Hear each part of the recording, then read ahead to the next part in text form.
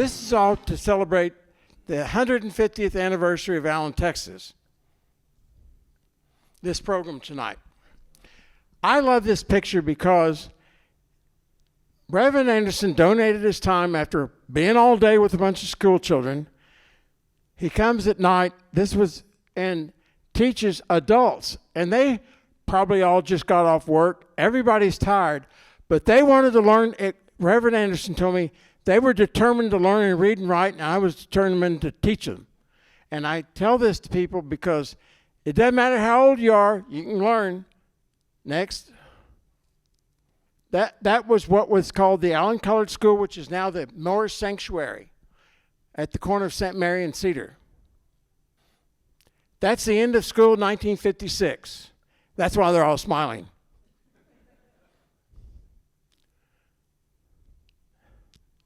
This is Reverend Anderson when he was in the Civilian Conservation Corps.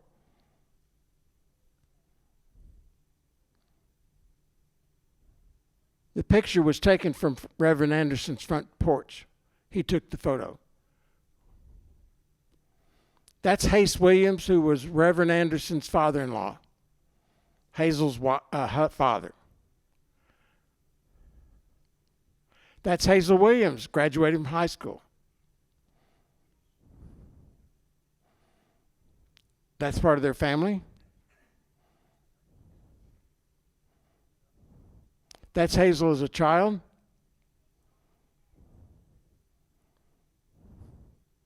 That's St. Mary Edition. I want that car, by the way. This is a story that's special to me. This is Mrs. Van Neely. She rode the interurban from McKinney every day down into Allen and then walked from the interurban station, which is now in Butler, over to the school, which is not next door, rain, sleet, or shine. And this was her first car, and she didn't have to do that anymore. And she was so proud of that car. That's dedication, folks.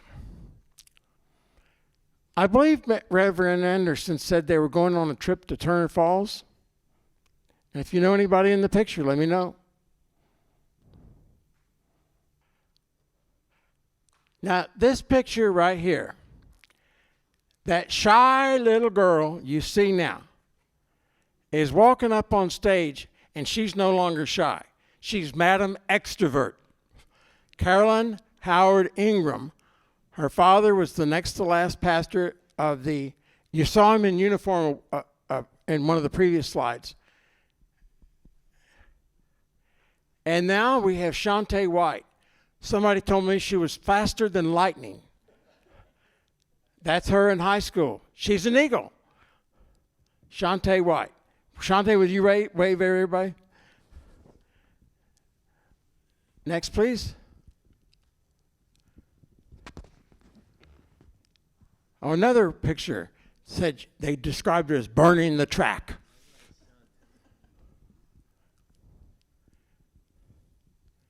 Another picture.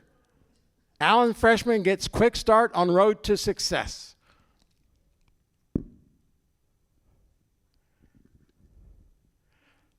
Lafayette Shaw. Wave at everybody so they know who you are.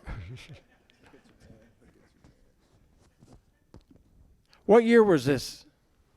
I was in 7th grade, so whatever year that I think I was 12 then. So, okay. So I guess that's 75. Next, please. Arthur White. Oh, man. Come on now. Now, one reason we had him, because I was told he was one of the best ball players this town's ever had.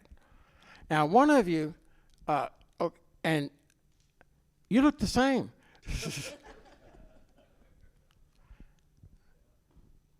We're still, Rachel, did you ever, there she is. She was what they call a round baller. Tell us a little bit about playing basketball here in Allen. I loved it. That's all that's required. Yeah. Our, I call him Professor Jeff. His name is Jeff Willie. He's helping co-facilitate this program tonight. And let me go get an extra chair and I'll be right back. Well, good evening. Good evening. Good evening. Good to hear your voices. I'm going to read a couple of scripts and then we're going to get started. But as we gather to celebrate 150 years of Allen history, we recognize that history is more than just dates, buildings, and milestones. History lives in people. It lives in their stories. It lives in their experiences, and sometimes often unheard. But tonight we want to hear their voices. Before Allen became this thriving city that we enjoy today, it was a community in transition. Rural roots, because I'm from rural roots, giving it the growth and change. And with that journey, these lived experiences shaped Allen as a thriving city today, with resilience, with strength, and determination. So what we were here tonight is not just history, it's their perspective. And it's not just reflection, it's their legacy, and it's their legacy. And so, and what we hear tonight matters. We're not here to create space, we're here to create space to listen, but we want to listen and listen to their stories and listen for understand. I'm reminded of a quote in The 7 Habits of Highly Effective People by Stephen Covey. It says, "Seek first to understand, then you will be understood." Everything starts with listening. And I challenge us tonight to hear with your ear, but listen with your heart. Do I need to repeat that? I will. Hear with your ear, but listen with your heart. So be present, be engaged, and allow these stories not only to inform you, but to transform you. So thank you for being here tonight, but I want to frame the expectations for our panelists. Your responsibility is share your story. Take your time. We have I don't get up until 5 a.m. So, well, some of you may, I don't get up until 5 a.m. So my challenge to you is to take your time and share your story. We are here to listen to you with our heart. Your lived experiences matters and it shaped Allen. So I'm going to start this off tonight about the early life in this community. Are you ready to get started? Do you have your heart open? Oh, absolutely. And this is for anyone to chime in and literally just put your mic up to your mouth and just start talking when I ask the question. I think Tom may have shared some of these questions with you beforehand, but they are very familiar stories. What are some of your earliest memories growing up in Allen, and what made your community feel like home? Earliest memories growing up in Allen, and what made Allen community feel like home? Should we take a number? My earliest memory of growing up here in Allen was pleasant. I was real excited. I'm not originally from Allen. I grew up in South Texas, Bryan, Texas, Bryan College Station area. I moved to Allen in the 66, 67 era. And I grew up on the McDermott Ranch. I don't know if anybody know anything about the McDermott Ranch, but my grandparents were the caretakers of the McDermott Ranch. So I grew up there. And going to school here was very exciting for me because I come from a different area. I come up in an all-black school in Bryan. And when I moved up here, they had began to integrate. So it was completely, strange for me. I didn't know what to expect. But I was welcomed with loving arms. Never had any problems. Never faced any racism. I never did. That's for me. I never did. I don't know about anybody else, but I didn't. You know, I got respect from everybody, and I respected everybody. You know, but I had very, very happy years here in Allen.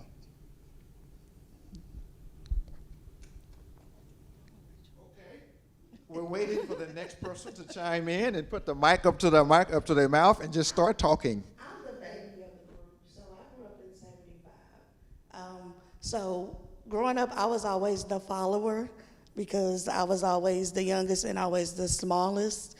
And so I was always trying to follow in their footsteps and try to be like they were. So what I can remember is we had an attorney in Allen named Don Crowder. And so what Mr. Crowder did was he pretty much went around, got all of the kids in Allen and started a summer track club. And so for us, we used to have to get up every morning and go work in Aunt Hazel in Uncle Anderson's garden. So we had to pick and we had to plant. And so once Mr. Crowder came around, it was like, okay, I want these kids to be a part of a community track program. So we had a choice of, do we want to go run or do we want to get up every morning and go pick and plant? So we chose to go run. And so from there, that kind of started our career as athletes in Allen. It was because a white man who was a city attorney came over in what was known as pretty much Black Allen and taught us how to run, treated us like we were his own. And like I said, from there, it just kind of took off for us. And for us, racism wasn't, in our vocabulary. We all loved each and everybody. I think Allen, I don't think back then we really saw color. I mean, Right. Everybody knew everybody. If we got in trouble, our mama worked for the school district, so she knew.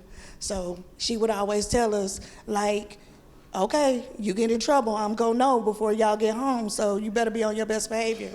But it was, they treated us like we were their own, just like she treated everybody like they were her own.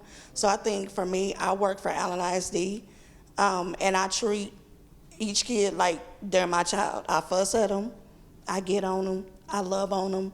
And so I think that stems from everything that we were given back in the day. It allows me to give back what I was given. I'm able to give back to the students that I work with every day. I'm like this gentleman. I did not grow up here in Allen, but down the way, I grew up in McKinney, Texas.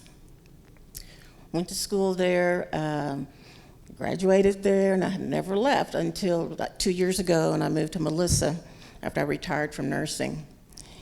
I think some of my fondest memories, well, I will say this, these two young ladies here, when we went to church, they were like these little babies. And of course, there's the pastor's daughter sitting right next to her mother, and I would always be looking down there to see if she would catch my eye and say I could come hold the babies. I held these girls as babies. It's just crazy to say that, but I did. Their mother was one of the sweetest women you would ever meet. She was absolutely that virtuous woman that the Bible talks about. But for me, my father was Reverend H.W. Howard. He was the next to the last pastor of the St. Mary Baptist Church, which was right after Reverend Anderson was the last one. So they were friends. Growing up, I believe Reverend Anderson actually started out in the church as a deacon. I mean, as far as the church is concerned, I don't remember anything about the school. I just remember the St. Mary Baptist Church. And he was a deacon. Well, he said he had his calling, and my dad ordained him as a minister. He preached his first sermon there in the pulpit at St. Mary Baptist Church. They were such good friends. Their friendship, I think, was really special. And one of the other memories that I have, back then we didn't have cell phones. We didn't have no call waiting. You had one phone in your whole house. If you called that number and it was busy, then you knew somebody was obviously on the line. Well, Saturday night scene, I guess my dad and Reverend Anderson thought that that was their night, that they could just stay on that phone for 2 and 3 hours talking. Now, granted, they're going to see each other the next morning, right? But no, they were going to sit there and talk and talk and talk. And as I had gotten older, when I started working at some of the hospitals, I would call home so I could talk to my mother. It was busy. It was busy. So the one time I did finally get through, I said, I want to speak to my mother. And I could hear him hand her the phone. Here, it's your daughter. So he was a little aggravated because I interrupted his phone calls. But those were some really great memories for me. He baptized me.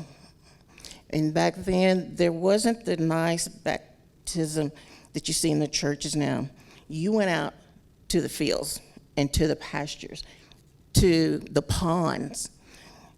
And so, by the grace of God, we're still here. There's no telling what was swimming around those ponds. But we didn't, that wasn't anything that we thought of. We just knew that we were saved and we were being baptized with the Father, the Son, and the Holy Spirit. My father would wear his black robe. He would walk out there with us. You know, I didn't know how to swim, never learned to swim, so of course I was scared. We were in the shallow part, but still. And we were also, there were a lot of cows out there looking at us get baptized. So I didn't know if one of those cows were gonna come charging at us or what. I was scared to death. But he baptized us, and I'll never, ever forget that. Of course, all that is gone now, but he was there for 18 years at the St. Mary Baptist Church. And then after he left, then Reverend Anderson took it over. So some of the memories that I have for that. Pray for me. I'll try to be brief here. I'm representing the Jones family here from Allen. Okay, my mother was the Jones, and I think we were probably the biggest family across the creek, as we call it, in our neighborhood. Okay, put out the mic to my mouth here. Okay, the question is my experiences here in Allen, and were very good, as Other was saying. I never experienced any type of racism or discrimination. You know, I guess the good people showed up in Allen when I showed up. Because I say that because I've heard stories from my family, the Jones family, where they did experience racism and discrimination here in Allen, like every town did and so forth. But Allen people got it right during my time, because I never experienced any racism, and I was all over the town. That's just the way we were. We didn't stay in one place. We were everywhere, okay?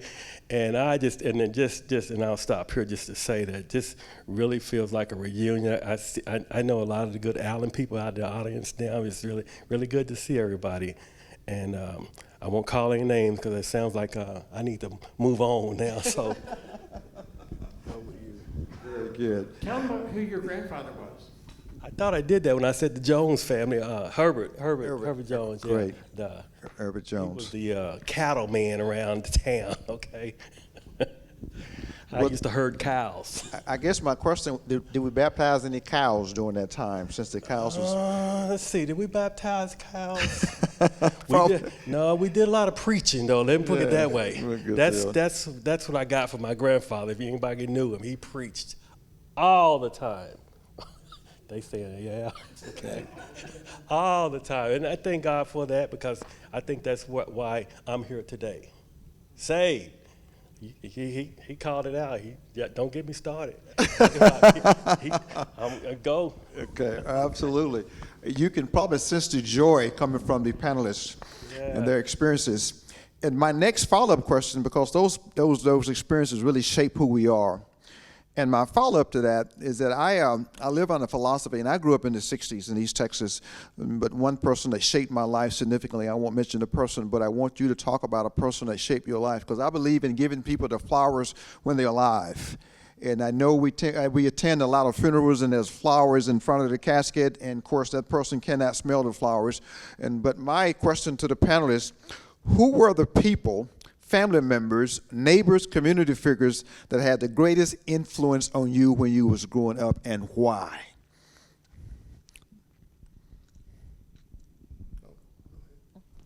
I think for me, it would be my parents. As you said, and you as well, I didn't experience the racism that was present earlier on when I was born in 1960. I don't mind saying it because the good Lord has let me see this up to this point. And as a child, our parents did not talk a lot about that, the racism and things. You just see it on TV all day like you do now. Every day, all day long, you can see. From the past, you'll see those different programs. But my father and mother gave me a foundation that I lived through up to this point in my life. And had I not had them to do that, who knows where I would have been. I was actually adopted by my parents. And we didn't have a lot, but we had enough. And I never went without anything. Reverend Anderson and Sister Anderson came in when I was older and came into our lives. They were good, solid people. They didn't have children, but all of the children that they took care of in the neighborhood and in the community, those were their children. And just a quick memory again, Christmas time, as kids, we couldn't wait for Christmas because to Sunday school, we would get an apple, an orange, candy cane, pecan, and walnuts. And that was our little Christmas bag that we would get every Christmas. And back then, that was a treat. You didn't get candy canes and apple every single day like you can now. So we were very excited about that. And that was because of Reverend and Sister Anderson. They would always get all of those, the fruits and the candy and all that together, put it in a little brown paper bag, and it would be set up there on the Sunday school table. And we could go around and pick ours up. So it's a memory that I'll always keep. And they were strong in my youth as I was growing up for me as well. Anyone else want to share about a special person in your life growing up that impacted you significantly and who you are because of who you are today? I'm going to say 304 East Coach Drive. So Coach Drive, that entire street raised us. Everybody, Miss Nancy, my grandma, Miss Nancy's sister, Miss Johnny, Mr. Hubbard, his wife, Miss Thelma, and Hazel and Anderson, like, those were the people that made sure we ate, we were up, we were in Sunday school every Sunday. I was just telling Carolyn, we had a ritual. Every Saturday, we had to go get our hair done at Miss Rogers. We had to make sure our pantyhose didn't have no runs. We had to have our slip, our dress. Everything had to be laid out for Sunday service. We get up, we were Sunday school, we were the deacons, deaconesses, we were the choir. We made sure we kept the numbers of how many people were in the church. So in the early years, Coach Drive raised us. And once we were given over to the school system, we had teachers, coaches that were very influential. So it's too many to name, but I think Allen as a whole really embraced us and raised us. It wasn't just one particular person. It was a group of people that made us, or at least who made me who I am today. And piggybacking off of Shantae, it was mom and dad, Aunt Hazel Anderson, people in the community, Coach Champion, she was my basketball coach, and I had made varsity my freshman year, so she had a lot of influence on me.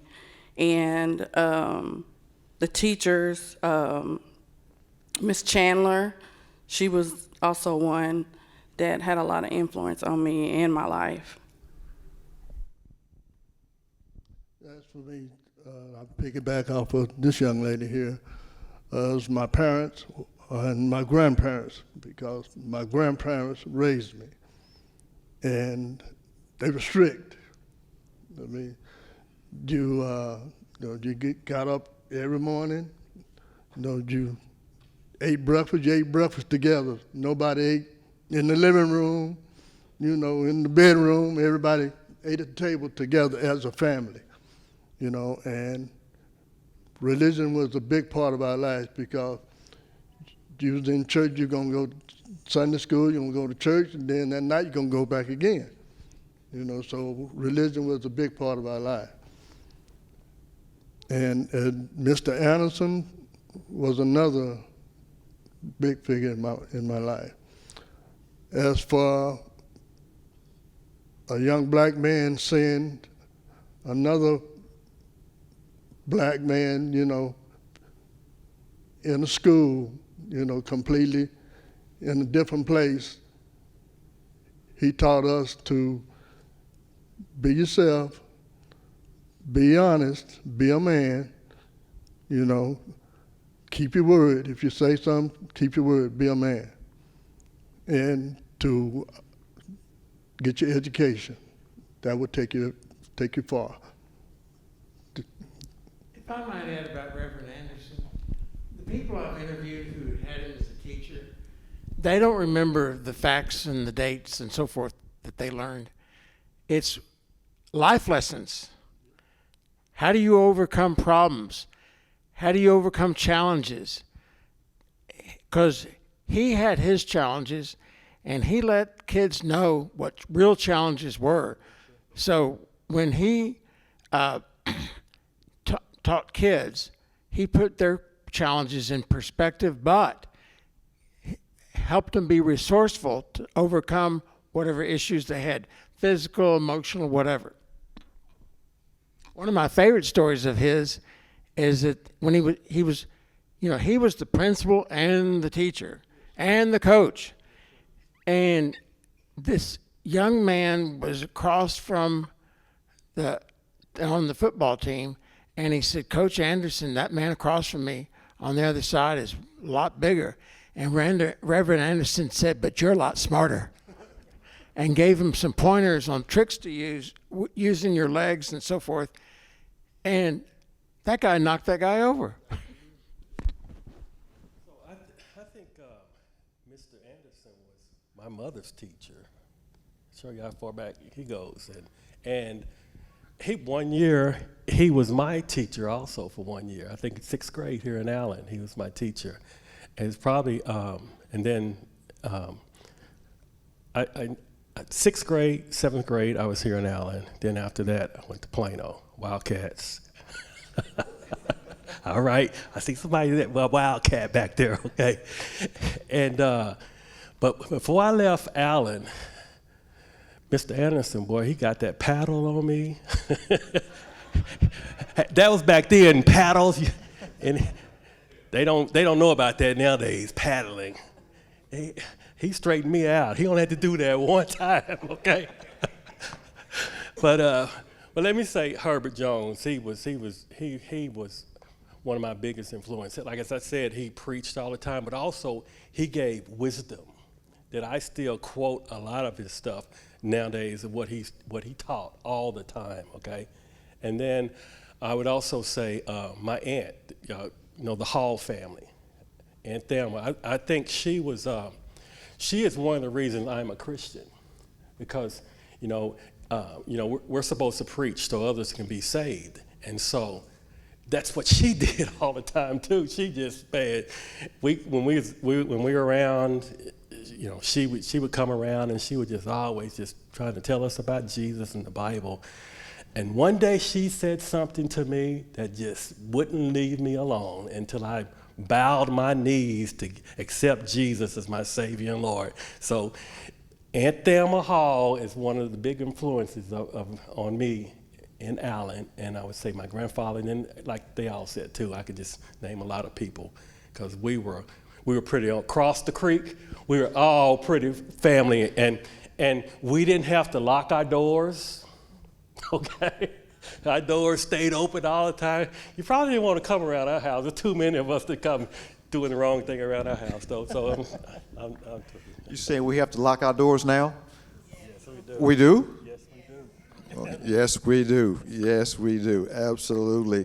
Significant influence, that person that poured into us and poured into you and has a major impact in your life. And now, of course, my challenge to us tonight, if you know that person that's poured into your life right now, go and thank that person and say, hey, that person is still alive. Go and give them their flowers while they're alive and remind them what they poured into you. I had an opportunity in 2020, right before the pandemic hit, to go and thank a person that poured into my life when I was 15. That person is still living today, but I literally went and spoke at his church and thanked his congregation and thanked him for pouring into my life when I was a 15-year-old as a sophomore in high school back in 1974.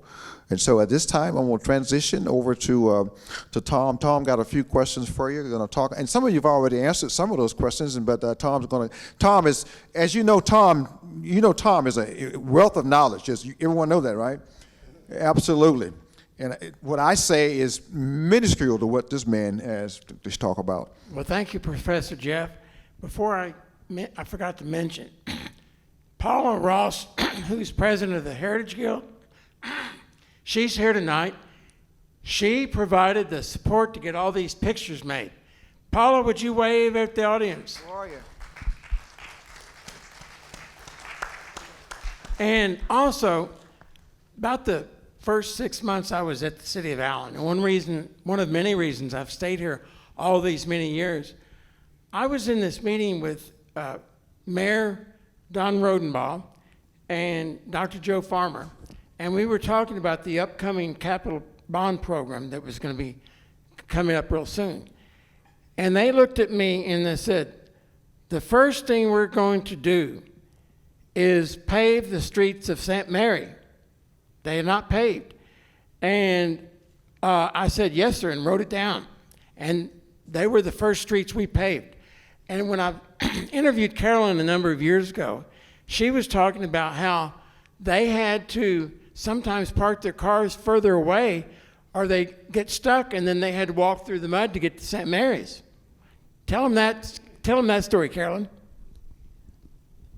When we would come into out of McKinney, here in Allen, we would come down Highway 5, turn there on, it was Main Street at that time, and then turn on Coates to go down to the church. Those days, that was just dirt roads. It wasn't any kind of pavement, it wasn't any rock, it was just dirt. And when it rained, sometimes we would make it to church, sometimes we didn't, because you couldn't get to the church because it was so muddy. There was a one-lane bridge that went over that road that led us down to the church. It was, it wasn't like the concrete and the barriers that you see today. It was just lumber, planks that, a wooden bridge. And it was just a one bridge. Two cars could not pass each other. So they'd either have to kind of pull off to the side and you go across, or we pulled over. So yeah, those were some times that I do remember it. And like I said, there were some times it was so muddy, we couldn't get down there. And when we could, our shoes were caked with mud. And of course, all that went on the front porch of the church. But yeah, there was just that one-lane bridge, wooded bridge. Don Rodenbaugh's son is here tonight. Gary, would you stand?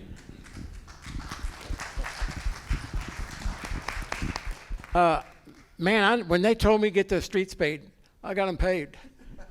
Tell us a little bit. Now, this is, if you grew up in a rural area, everybody's got something that almost went wrong, like stepping on a snake or falling out of a tree or almost drowning. Did any of those things happen to y'all? I was in my nanny's house, Aunt Hazel's mother across the street and went to the restroom and got ready to leave out, and it was a snake right there in the door. I panicked because I hate snakes, and I get snakes now in my house. And I ended up jumping over the snake because I decided I didn't want to stay in the restroom forever. And that was it. I was out the door, headed home. Anybody else?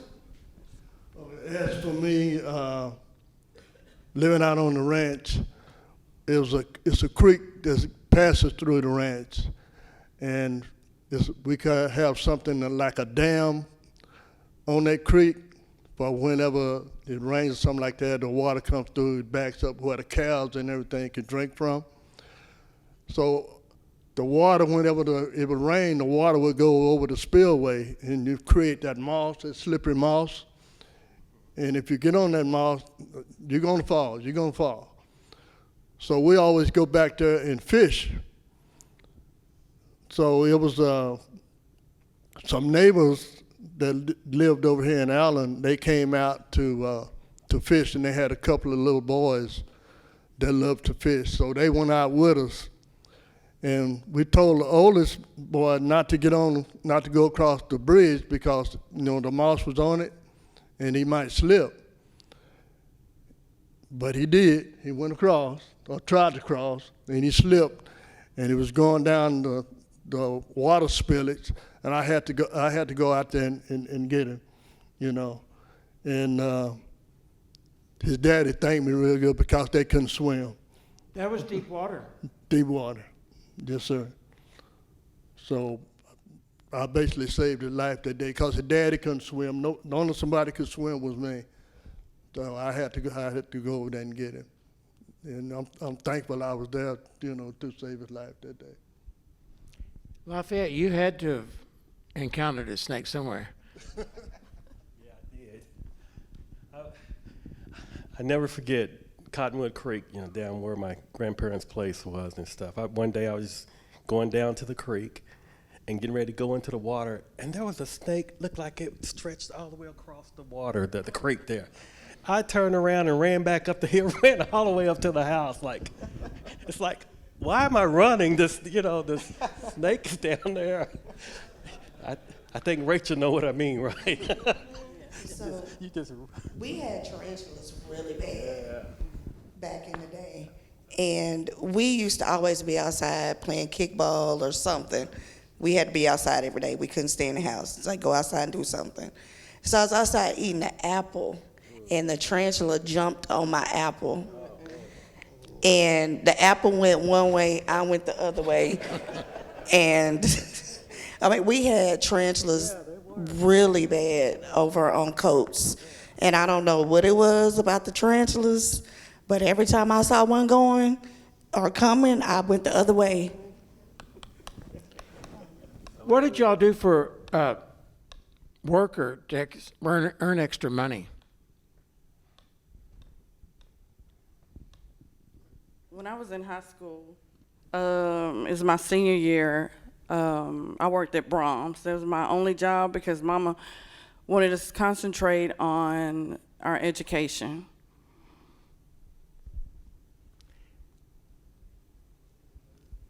I'll say. Well, the Jones boys, I'm telling you, we hauled all the hay around here in Collin County. I mean, we made a lot of money, and we spent it as fast as we made it.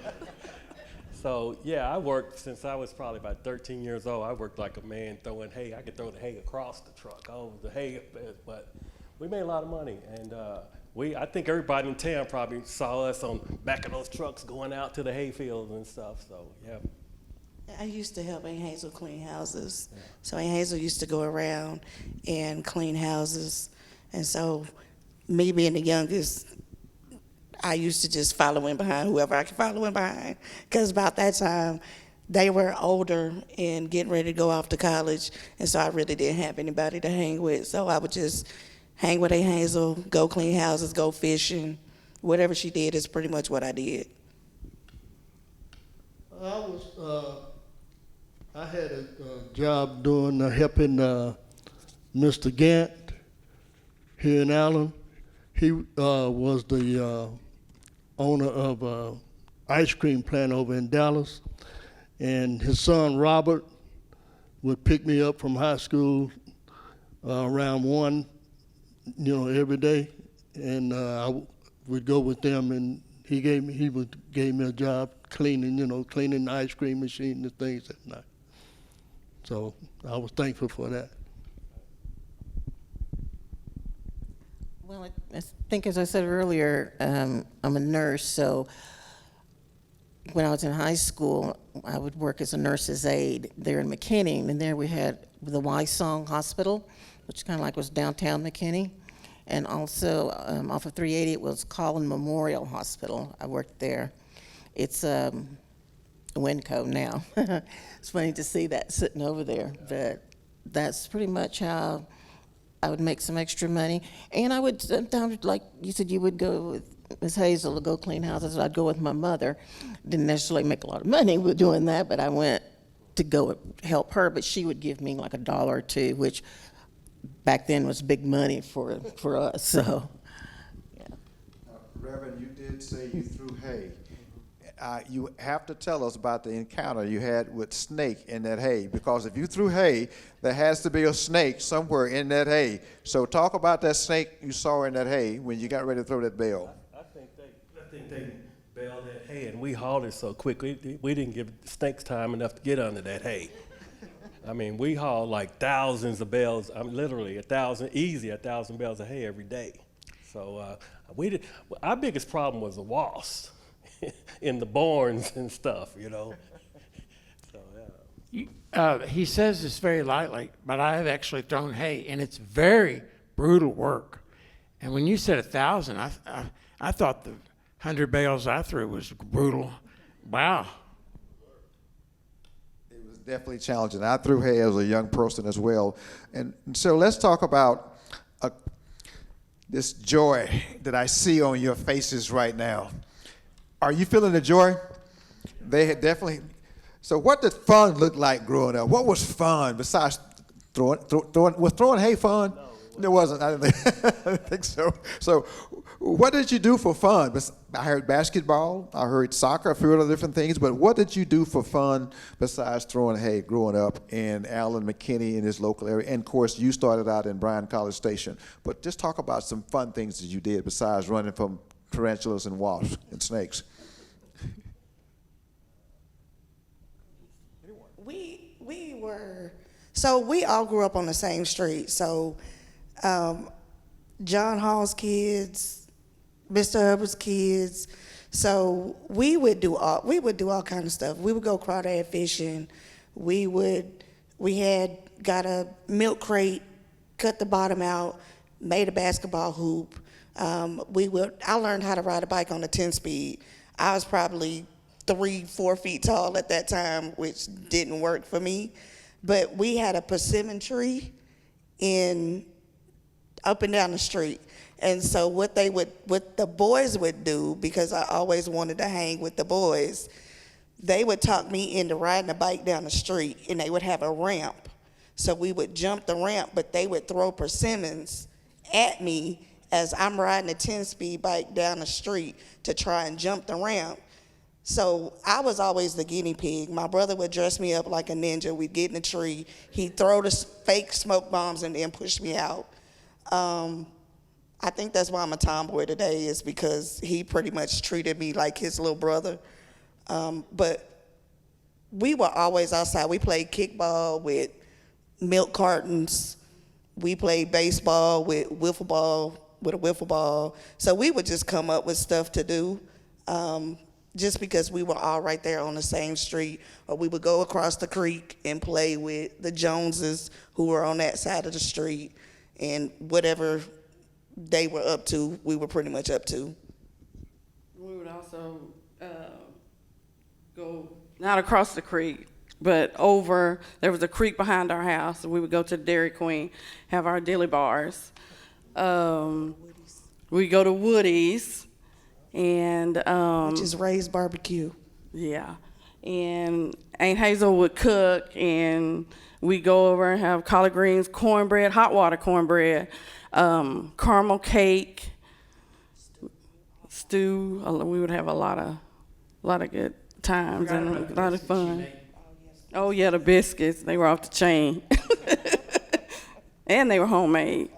Could you explain to the audience what is hot water cornbread? I'm sure there's some folks out there like, some folks know, I know, but there's some folks in the audience going like, what is hot water cornbread? Well, you use meal, like the cornmeal, and you put a little bit of sugar in it, a little bit of salt, and add hot water to it. And you just make it into like a patty, kind of like, and fry it in grease. And it's really good.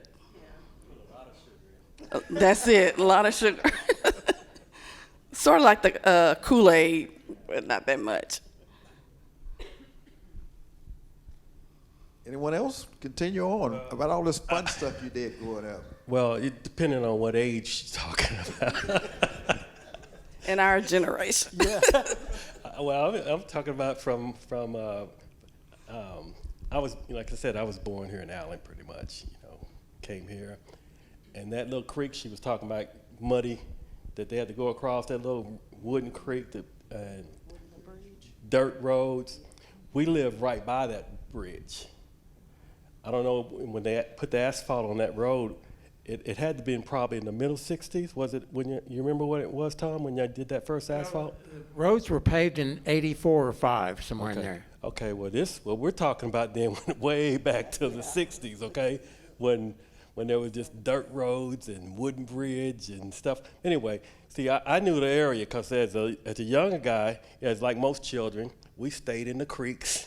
Okay, that's our fun and stuff, catching stuff in the creeks and stuff. But then we were just some busy children. We just stayed outside. We never had a dull moment. I'll leave it right there. Okay. We weren't in before the streetlights came on, though. That was a requirement. But another thing, when they paved Coach Drive, so Daddy used to have us out in the street. We learned how to run on asphalt barefoot in 100-degree heat, and the asphalt used to be so hot. But I look back on it now, and as a track and field runner, if your feet are tough, you can pretty much get down the track as quick as you can. And I felt, for me, that was beneficial because it taught me how to be light on my feet. And so as a coach today, I make my athletes train barefoot because it's good for their feet, and it also teaches them how to be light on their feet. But we were always racing. We were always doing something in the street. Yeah, I was remarking after her. These are my daughters here. We would get out in the street, and we would get at one end of the street down. We would start at Mr. Herbert's house and race back up to our house. So everybody was older than Shantae was. So whenever they would start off, she would be the last every time. So she'll start crying. I would say, "What are you crying for?" I can't beat everybody. So I tell everybody, "Y'all let her win." I say, "Stop crying. Just keep running. One day you'll be first. Just keep running." So throughout the years, she understood what I was saying. She kept running. And she became one of the biggest runners there was in college and in high school. A question about growing up on the McDermott Ranch. What are your memories of Mr. and Mrs. McDermott? Mr. and Mrs. McDermott were wonderful people. Wonderful people. I mean, they made sure that we had everything we needed, and we would go out and we would ride horses, on the weekend with her daughter Mary. Mary is cook now, Mary McDermott cook, and just ride around on the ranch and everything. And she was a philanthropist, and if you wanted to go to school, she made sure you could go to her, and she would make sure that she, she would put you through school just as, and I just loved her. And I appreciate Miss McDermott. Your grandfather didn't he help with the cattle? Yes, my grandmother worked in her house, the ranch house. My granddaddy took care of the cattle and the horses, did the hay, did the raising hogs, feeding the cattle, doing the disking and track, with the tractors and all of that. And my cousin and I, we'd get out there and help him. He put us out, he made sure we get out there and work also, And during the morning time before he would go to work, I like to fish. So he taught me how to make a fish trap. So we made a fish trap and we would go throw it in the lake. And every morning around 6 o'clock, we'd go in. He'd wake me up and say, let's go see what's in the trap. So we'd go up to the ranch, pull the trap out, it'd be full of fish. I mean, full. I never thought he would make it out of a wire, and at the entrance, he would make it like a cone. And so I'm saying, well, a fish gonna come out of there? I don't see what he's talking about. But I understood what he was saying. Once they go in, they can't come back out because of the smaller deal in their fins. But we would catch a lot of fish every morning. Bass, catfish, perch. You once told me that your grandfather would herd the cattle across what is now McDermott Road. Yes, sir. Tell us about that. Whenever they would get out, he would come wake us up, and we'd have to go get them and herd them back in because they had broken out the fence. And we'd have to go and help him round them up, go gather the horses, and they were everywhere. They were all over the place. So my cousin and I, we just go get them, and he'd be in the Jeep, and we'd be on the horses, and we round them back up. She had quite a few head. She had about, I would say, at least 200 head of cows.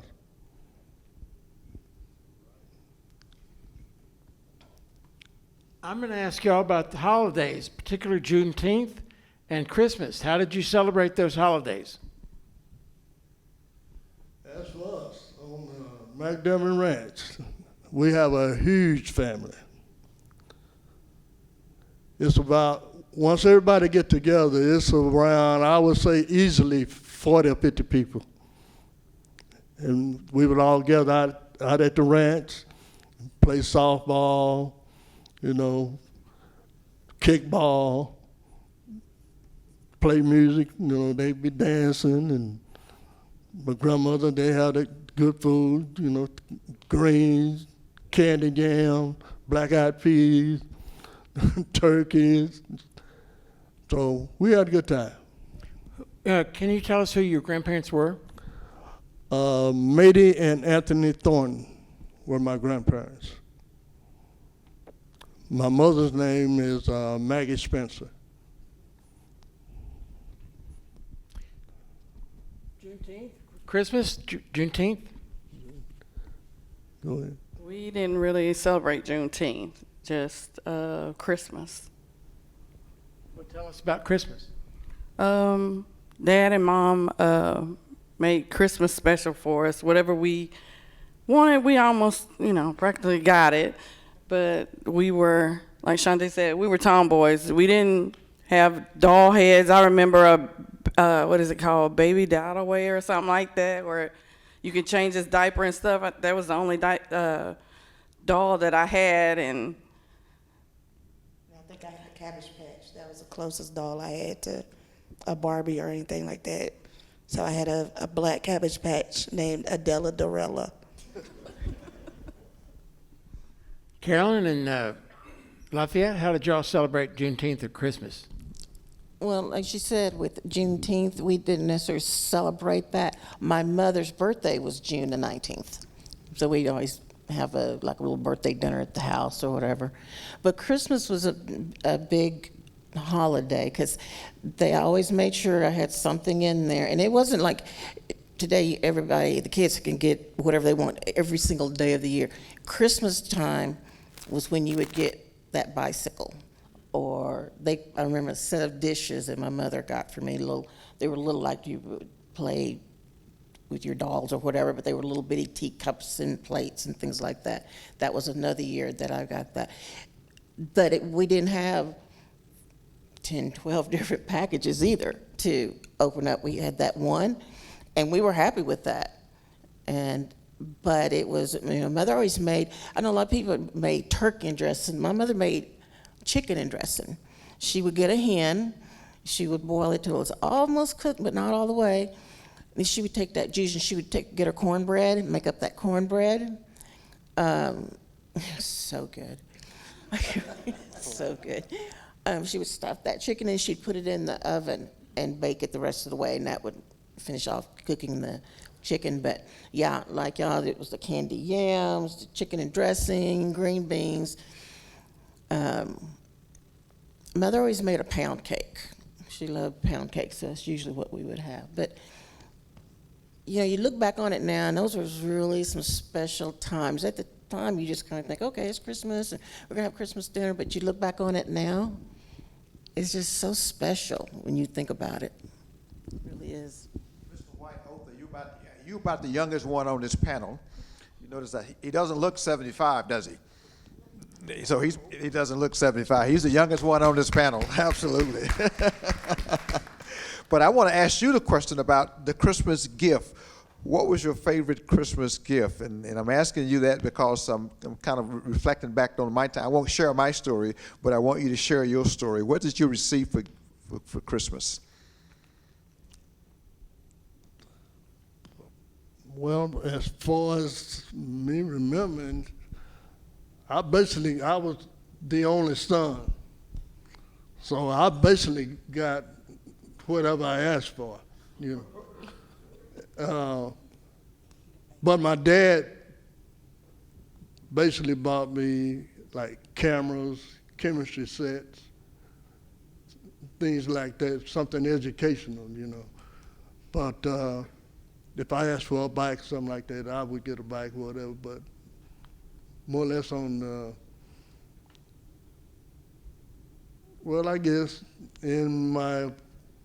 as far as later on, when we started getting gifts, we exchanged gifts. And I basically got the same thing every year we were from the same person. And I would always get one from my aunt. It would be a shirt every Christmas. You automatically knew what it was going to be, So, but other than that, I basically had a good Christmas. I was blessed. Lafayette, did you celebrate Juneteenth? So, trying to think a little bit about why there's a Juneteenth, because we kind of got the news late that slavery was ended, and I guess that was by design. And just as Rachel and Shantae was saying, we didn't celebrate it because we really didn't know about it. But we celebrate it now, though, okay? When we found out about it, we celebrate Juneteenth, okay? So there was a question, I guess I have a question now. I saw something about there was a Juneteenth celebration at some pond here in Allen. You know anything about that? It's one of the questions, isn't it? Tom looking at me like, what are you talking about? Well, Reverend Anderson told me he celebrated Juneteenth. He and Hazel did. And not necessarily here in Allen. They would go down to some place in Plano and cook a hog or something like that. Okay. I thought one of the questions mentioned something about a pond or something. And that might have been, Okay. I don't know. That's what y'all are supposed to tell me. I don't know. That's the first time I heard about that, but I did know that he had a house in Plano. Mm-hmm.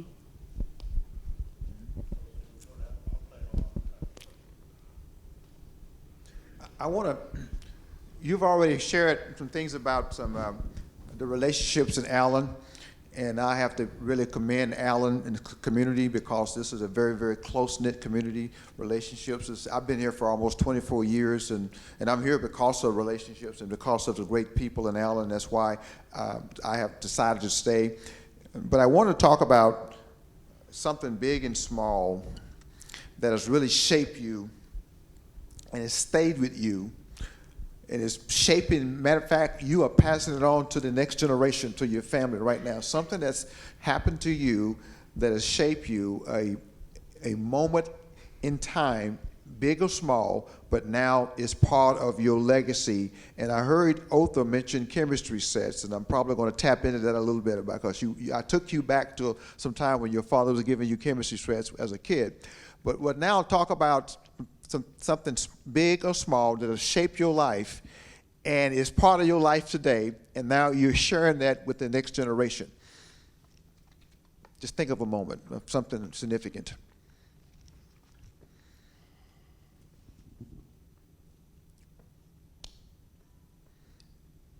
Well, I guess as far as your integrity, my dad and my grandmother always preached integrity, be a man of your word, treat people with respect, give respect, trust in God. As long as you have that trust in God, all things are possible. Just keep your faith. That will stick with me forever. Keep your faith.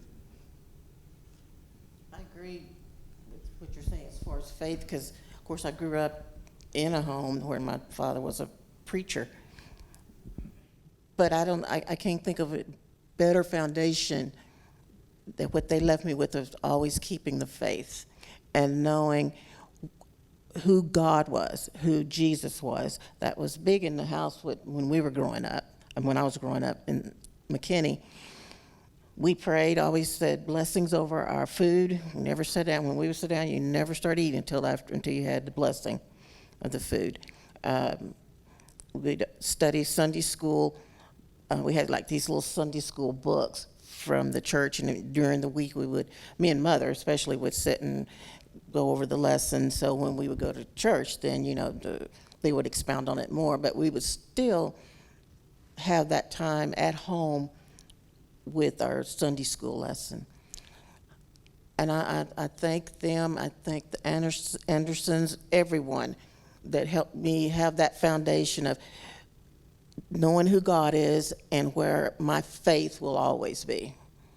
I think that I can't even think anything more important than your faith and where you came from. And that's something else. I won't ever forget where I came from, because if you do that, then you've lost yourself. You have to go back to those times, that how they taught us is how we are today, and how we've been successful in any of our endeavors that we've done was because of our parents, Reverend Sister Anderson, everybody in the community gave us a good foundation in faith. I'm going to say something that shaped me. Of course, they spoke about faith, but for me, it was my coaches and my teachers. So, Can you name some? so Felicia Dodge and Felicia Witt. She's the same person, but she just has multiple names. Kelly Gregorio, Steve Spay. These are just some of the people that poured into me in high school. A lot of people don't know that I struggled in math. And so back then we had the tax test. So I was 1 point away from passing the tax test. So that was gonna keep me from graduating. So Coach G worked with me every day after practice, make sure I could pass the tax test. We, of course, had counselors, but nobody really talked to me about going to college. My sister played basketball in college. My brother played football in college. So I knew about college through them, but I didn't know that it would be possible for me. My goal was just track and field. I love running. That was my jam. Never thought that track and field would take me to college, to being able to run on a professional level. to being able to come back and pour into other young athletes. But just being able to go to college and not having somebody to really tell me that's something I could do. I attended a historical black college in Ohio, which I had professors there that poured into me, knew me by name, made sure when I was coming home on the weekends, I had money, I had food to get there, get back. So I was driving 15 hours back home, and then I turned around and drive back to school in time for class on Monday. But just having those people to encourage me, now I'm able to do the same thing. So I've been at Allen for 19 years now. I've had the opportunity to pour into so many different students, so many different athletes, encourage them, if you can't go to college, go to the military. If you can't go to the military, find a trade. If you can't find a trade, let's look at trying to find a job so that we can get you into college. A lot of people don't know that it's possible. So for me to be able to say, okay, here's some different avenues we can look at, that means the world to me. Isn't that wonderful?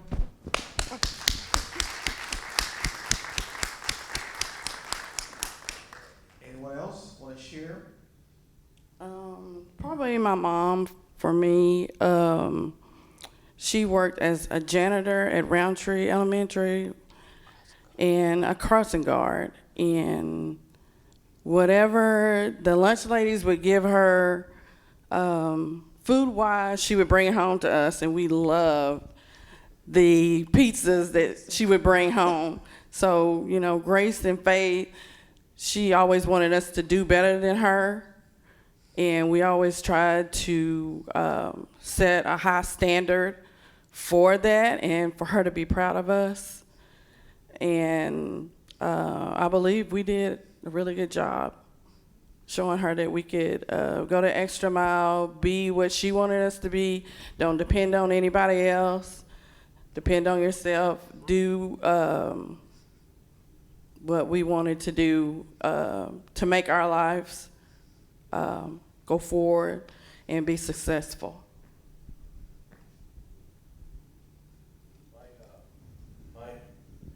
My grandfather was, in his time, Dave Ramsey.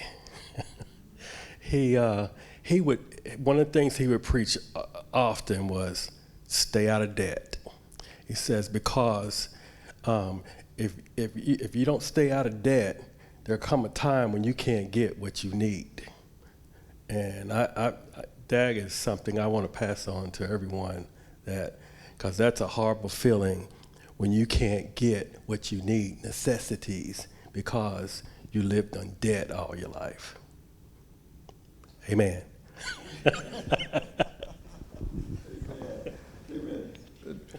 Tom, you want to go to talk about legacy right quick, and then Why don't you do legacy in closing, and then I'll do Q&A. But I wanted to say one thing about Reverend Anderson I just remembered. And he didn't tell me this because he didn't brag. The other people, you know, he was coach, principal, teacher, and also bus driver. And I forgot the lady who told me this, but we would be on the black bus, and he would see a child out there picking cotton, stop the bus, go tell the parent the child is coming with me. And because he was a World War II veteran, and he was the preacher, people didn't argue. In other words, he was determined that every child was going to get an education. Do y'all remember any of those stories? I don't remember anything. Okay. I'm going to let you do closing and so forth. Absolutely. Well, what I want to ask right now, for you to share with the folks in the audience, what lasting wisdom you want to share, a statement you want to share with us, something that I can take away from your experiences in Allen, your experiences growing up, that I can share, that this audience can take away, and they can walk out of this room tonight and say, this is what I'm going to do. I heard you say something about debt and all those different aspects of that, but I want you to just kind of share with this audience, I guess, a nugget that we can walk away with tonight that we can carry with us for the rest of our lives and we can pass on to our children and grandchildren based on your experiences growing up in Allen. And every one of you get to share something. And even Shantae, being the youngest one on the panel, you still have a lot of wisdom and a lot of knowledge. And so I'm just going to start to my left and just go straight to my left. Start out with the Reverend. Okay. Get the mic, Reverend. All right. Yeah. Got the mic. Just treat everybody like you want to be treated. And, and I guess just love your family, love your friends, and that's what I saw around here in Allen. Like I said a while ago, I never experienced any harm, someone hating or anything like that. So obviously I wasn't like that, so I didn't treat anybody bad. I don't think I did. Okay.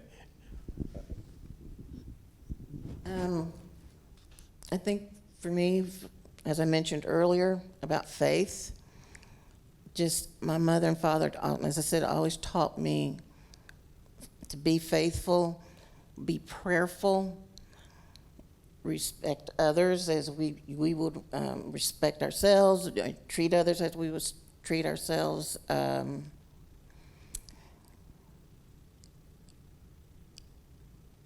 Just in general, just to be a good person, no matter what you've been through, what hardships you've been through.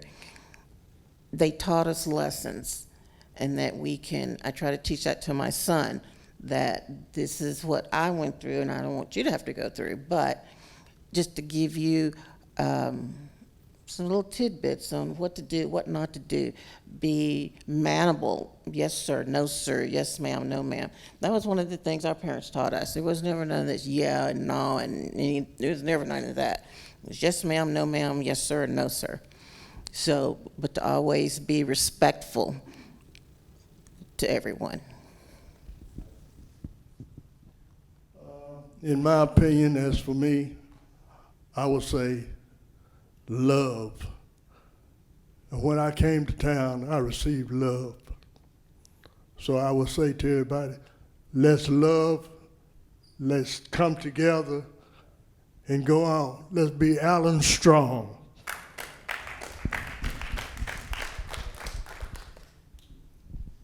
Have grace for one another. Faithful in the Lord, trustworthy, love for the community, the town, and for each other. And y'all know I gotta be different. This is a special place. I don't think that people realize how special Allen is, especially the newbies that have transplanted into Allen. We have always loved on each other. We have always taken care of each other. We've always showed up for each other. And I feel like for me, somewhere along the way we lost that. Like, we used to shut the town down on Friday nights. We used to celebrate football. We used to celebrate all things Allen, and we've gotten away from that. And I really hope to see that we can get that good thing back that we used to have. We've lost traditions. We've got to get back to what Allen is known for and not move in new directions, but pour back into old traditions, because that's what made Allen special. So we've got to get back to our special and our good thing.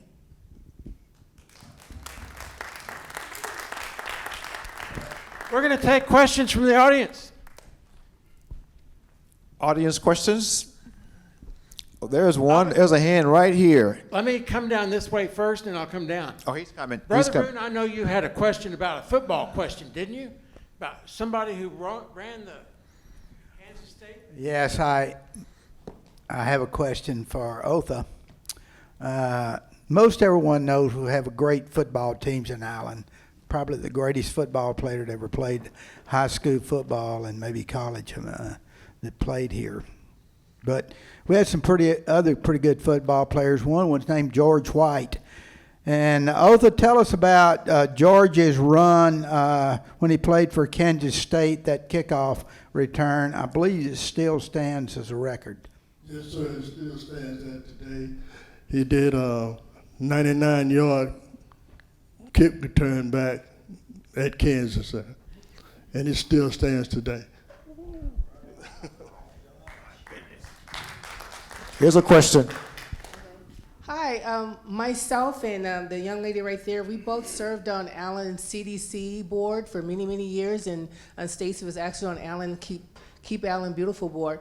What I want to ask the panel is, the neighborhood in which you grew up on and received so much love and nourishment, how do you feel about the progression of your neighborhood today in the city of Allen with all the growth in Allen? Are you pleased with how well your neighborhood has been preserved and what the city is doing for your old neighborhoods? So I love the skate park on Cedar because it gives the students, the community, something to do. Actually, where we grew up, one of our cousins still lives at the end of the street, which is the bottom of the street. And the rest of that land was bought out to be developed for whatever. They are the lone holdouts, which I wish that's something we would have done. I always say if I win the lottery, I'm gonna buy back all the land. And I told my boys, I have 2 boys, that I'm gonna build my house and then I'm gonna put them 2 tiny houses on the property so that they'll have somewhere to come back to after my son gets out of the military and then my other son graduates from college. Then they'll have somewhere to come back to. But that land is just that. It's just land that's still there. I think there is an opportunity to open it up. I don't know how they'll open up the bottom because you have all of the businesses, you have the donut shop and all of that back there, so you really can't open it up a whole lot. But I would like to see houses back on that land again, like it was back in the day. The others? Yes, ma'am. I'd like to, when was Allen integrated, their school district integrated? We talked about the black church, the black school. When did it become integrated? 1964.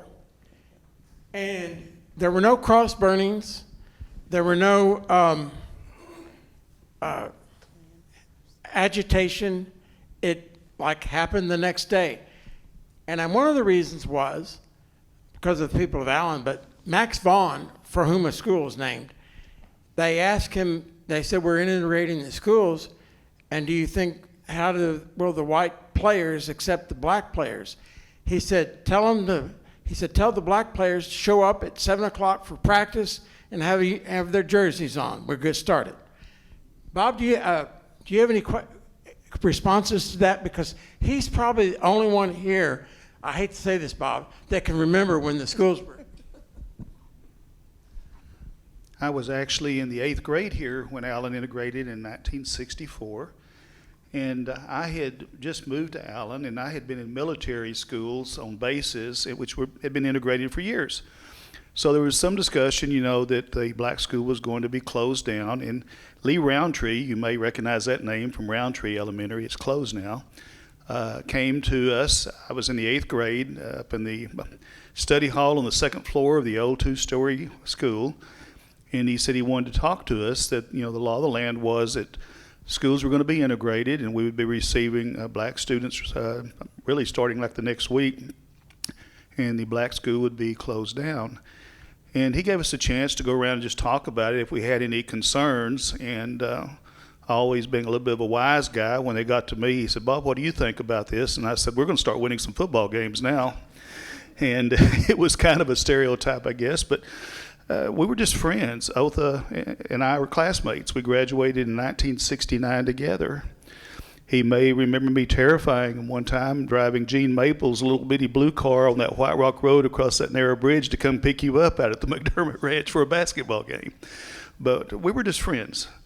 We were just friends from the very beginning. And in our class, we had Otha, we had Harvey Ray, we had Billy Allen, and we were just all friends. We didn't think a lot about all the hoorah you're hearing everywhere else. It just didn't happen here.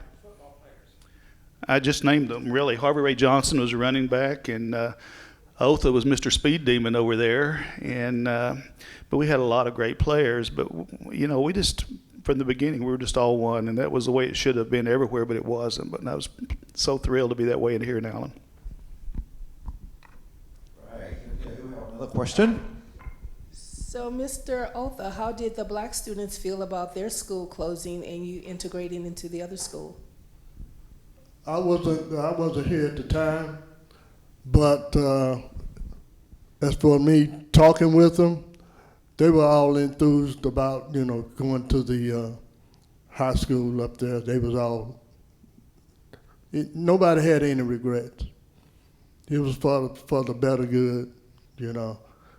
Everybody got along with each other. You know, we all played together, talked together and everything, but everybody was pleased about it.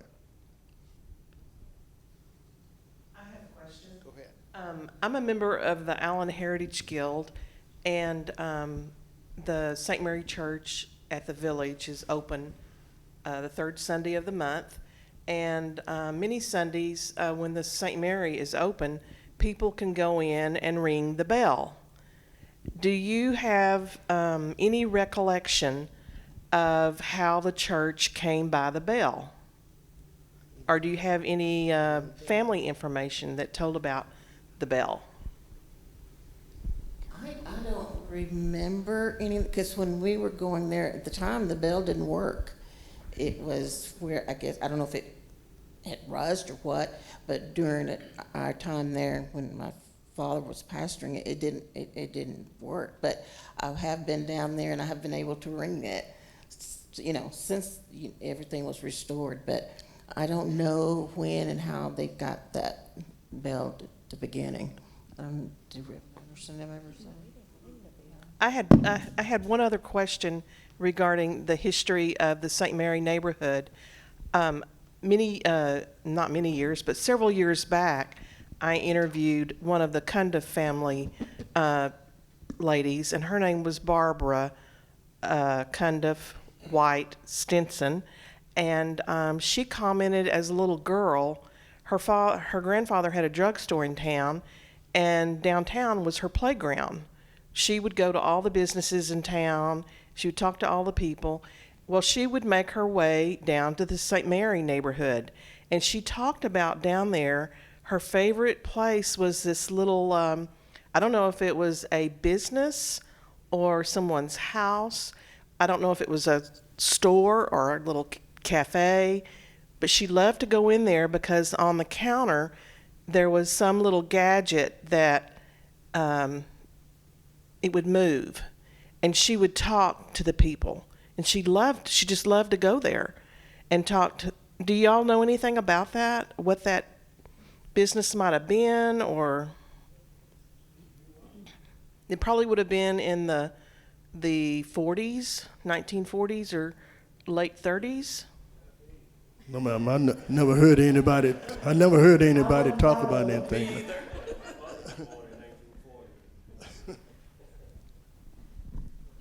Questions, comments, protest?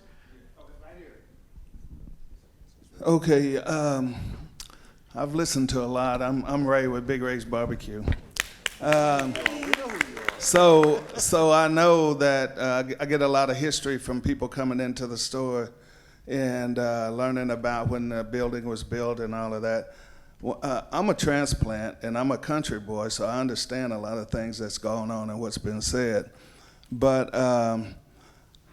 back in the day, what was Allen? Y'all talk about this area here. When I first moved here, I started going to Moores Memorial, which is the church down here, the Moores. And but what was town then? I'm just trying to figure out what the town was. Just this Main Street, or what was the town and how many people? Because when I came in '97, there was about 30,000 people. And now it's over 100, I think. And so what was it like back then, I guess is what my question is, and what are the demographics? I can't speak on, well, Allen was more of an east side than it was a west side. The only thing that was on the west side was that Chevron and that McDonald's before it really built up. But where you are was my favorite place, which was Woody's.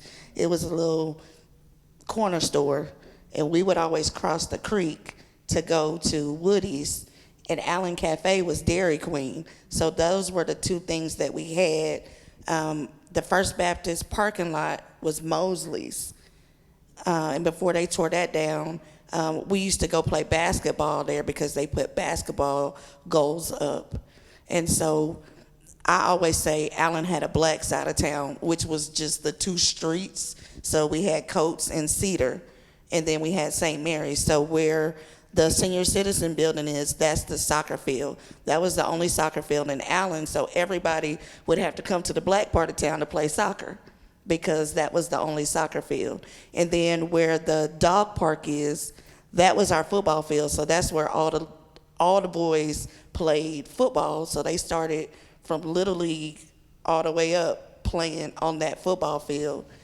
And so I know before me, people said Allen was just, it had one stoplight and dirt roads. So we've always really just been an east side until the west side built up. But even I think back then it was still a close-knit community and everybody was family.